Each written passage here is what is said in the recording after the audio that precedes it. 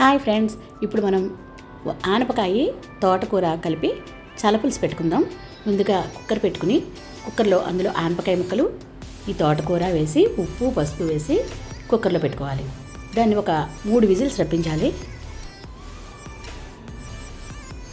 అది 3 విజిల్స్ వచ్చాక స్టవ్ కట్టేసి దాన్ని చిల్లులు బొట్టులోకి తీసుకుని పక్కన పెట్టుకుని ఉంచుకోవాలి. ఈలోగా పుల్లటి మజ్జిగ తీసుకుని అందులో శనగపిండి వేసి ఉండలు లేకుండా దాన్ని బాగా కలుపుకోవాలి. అది పక్కన పెట్టుకోవాలి. ఈలోగా బాండీ పెట్టి అందులో ఆయిల్ వేసి అందులో మెంతులు ఆవాలు వేసి దాన్ని బాగా పోపు ఎర్రగా వేయించుకోవాలి. పోపు వేగాక ఈ శనగపిండి కలుపుకున్న మజ్జిగని అందులో పోసుకోవాలి.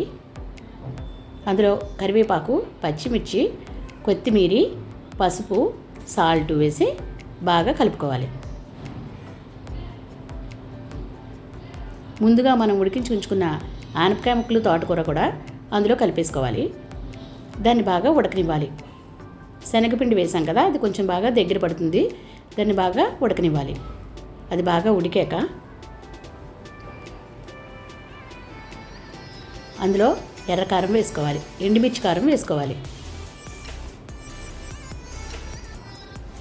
అది ఇంకొక 10 నిమిషాలు దాన్ని మరగనివ్వాలి. అది కాసేపు మరిగాక లాస్ట్ దింపి ముందర కొత్తిమీర వేసుకోవాలి.